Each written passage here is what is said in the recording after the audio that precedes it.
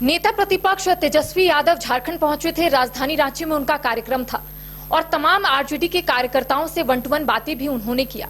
लेकिन सवाल ये उठ रहे हैं क्योंकि ये कहा जा रहा है कि झारखंड में बहुत बड़ा राजनीतिक बदलाव होगा।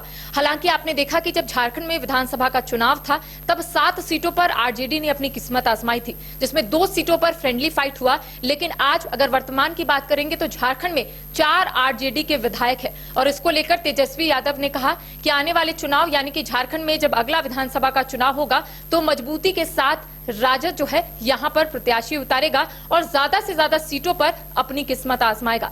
आज इसी को लेकर हम चर्चा करेंगे। हमारे साथ हमारे वरिष्ठ सहयोगी राकेश रंजन जी मौजूद है। बातचीत करते हैं कि तेजस्वी यादव ने कहा कि 7 सीटों पर हमने चुनाव लड़ा, जिसमें 2 सीटों पर फ्रेंडली फाइट हुआ, 4 सीटों पर हमने जीत हासिल की, यानी कि झारखंड में 4 आरजेडी के विधायक है। और लगातार कई सवाल उठ रहे थे, लोगों के बीच में भी ये बातें जा रही थी कि झारखंड में एक बड़ा राजनीतिक बदलाव होगा।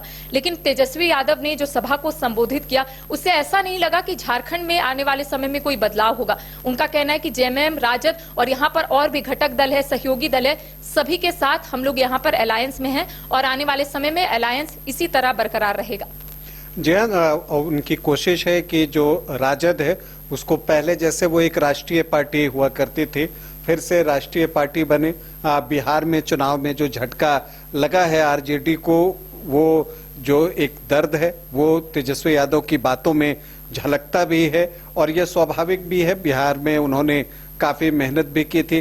झारखंड की जहां तक बात है, जैसा आपने बताया कि 7 सीट मिली थी झारखंड को में लड़ने के लिए राष्ट्रीय जनता दल को, जिसमें से 4 में उसे कामयाबी मिली है। तो जो आप कहते हैं स्ट्राइक रेट जो है वो 50% से ज्यादा का रहा है। तो उनको उम्मीद है कि अगर उनको सीटें ज्यादा मिलती झारखंड में तो शायद उनका प्रदर्शन और बेहतर होता।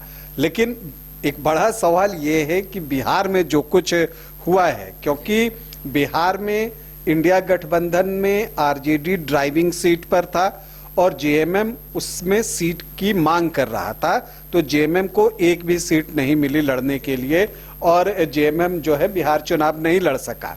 अब जब तेजस्वी यादव इंडिया गठबंधन की बात करते हैं और मिलकर लड़ने की बात करते हैं और झारखंड में ज्यादा सीटों पर लड़ने की बात कहते हैं, तो अब बिहार वाली परिस्थिति देखने के बाद चूंकि इंडिया गठबंधन में झारखंड में ड्राइविंग सीट पर जेएमएम है, तो क्या जेएमएम उनके सीटों की संख्या में इजाफा करेगा? खैर ये तो वक्त बताएगा। संभावना कम दिखती है क्योंकि जो अनुभव जेएमएम ने किया और जो उस वक्त बयान जेएमएम की तरफ से आए थे उसको देखते हुए लगता है कि वो चोट, वो दर्द जो है वो जेएमएम को भी हुआ था। वैसे देखिए हर पार्टी विस्तार चाहती है। तेजस्वी यादव ने भी इन बातों को कहा है कि पार्टी विस्तार चाहती है और इसीलिए अलग अलग राज्यों में चुनाव लड़ रही है। उन्होंने ये भी कहा कि केरलम में भी वो चुनाव लड़ रहे हैं, लेकिन वहां पर इंडिया गठबंधन की एकता जैसी बात जो है वो थोड़ी बेमानी लगती है, क्योंकि केरलम में मुकाबला ही इंडिया गठबंधन के घटक दलों के बीच है। एलडीएफ और यूडीएफ के बीच मुकाबला है। वहां पर बीजेपी तो तीसरा कोण बनाने का प्रयास कर रहा है, उसकी पकड़ वहां उतनी मजबूत नहीं है और सत्ता में आने का दावेदार भी उसको आप अभी नहीं मानते हैं। बीजेपी की जो लड़ाई है वो खुद से है कि वो अपने पिछले प्रदर्शन से बेहतर करे। उसकी कोशिश है कि 20% से ज्यादा वोट लाएं, तो केरल में बीजेपी वहीं तक देख रहा है।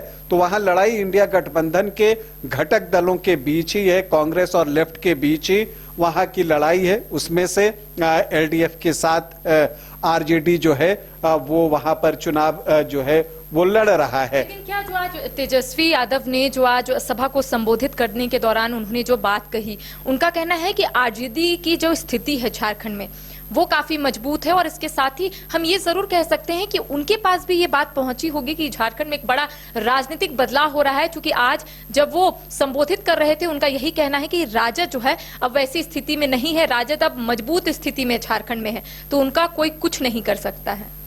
देखिए राजद 4 सीटें महत्वपूर्ण हैं और खास करके जो चर्चाएं चल रही हैं उसमें वो और मजबूत हो जाता है।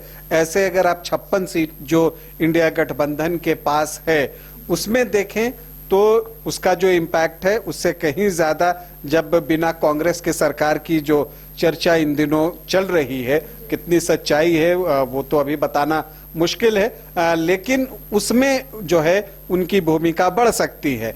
लेकिन देखिए उनकी कोशिश है, कार्यकारी अध्यक्ष बने हैं वो राष्ट्रीय जनता दल के, तो जिम्मेदारियां उनकी बढ़ गई हैं, इस बात को वो खुद स्वीकार भी करते हैं। और देखिए जब बड़ी जिम्मेदारी मिलती है और उन्होंने स्पष्ट किया कि पार्टी का विस्तार ही जो है वो लक्ष्य है, और झारखंड एक वक्त आरजेडी यहाँ बहुत मजबूत स्थिति में था जब बिहार और झारखंड इकट्ठा चुनाव लड़ा करते थे, जब इकट्ठा ही थे, मतलब जब राज्य का बंटवारा नहीं हुआ था तो राजद की स्थिति बेहद मजबूत थी झारखंड के इलाकों में।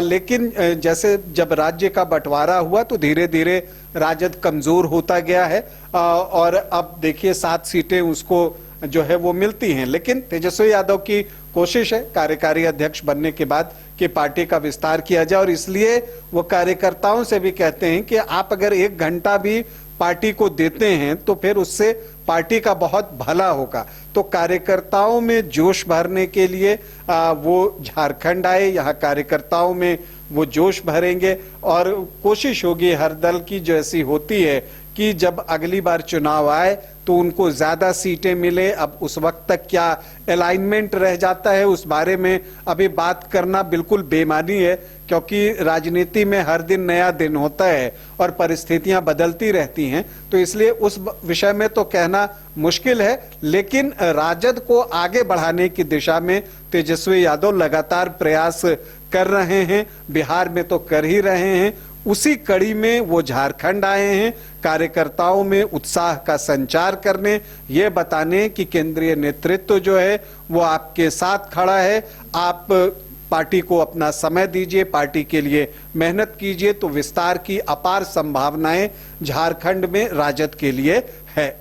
तो देखिए आज तेजस्वी यादव झारखंड पहुंचे थे, राजधानी रांची में उन्होंने कई बातों का जिक्र किया है, और उनका कहना है कि झारखंड में जब विधानसभा का चुनाव चल रहा था इस दौरान राजद को 7 सीटें जो है वो दी गई, लेकिन बिहार का उन्होंने जिक्र किया कि बिहार में एक मजबूत पार्टी के तौर पर राजद है, अब झारखंड में भी मजबूत स्थिति में राजद आ चुका है। साथ ही साथ उन्होंने कई मूल मंत्र जो है वो कार्यकर्ताओं को दिए हैं, और इसके साथ ही असम में मुख्यमंत्री हेमंत सोरेन है, इसको लेकर उनका कहना है कि मुख्यमंत्री हेमंत सोरेन फिलहाल असम में है, वहां पर मजबूती के साथ चुनाव लड़ रहे हैं और राजद इंडिया गठबंधन के साथ है। फिलहाल हमें दे इजाजत, नमस्कार।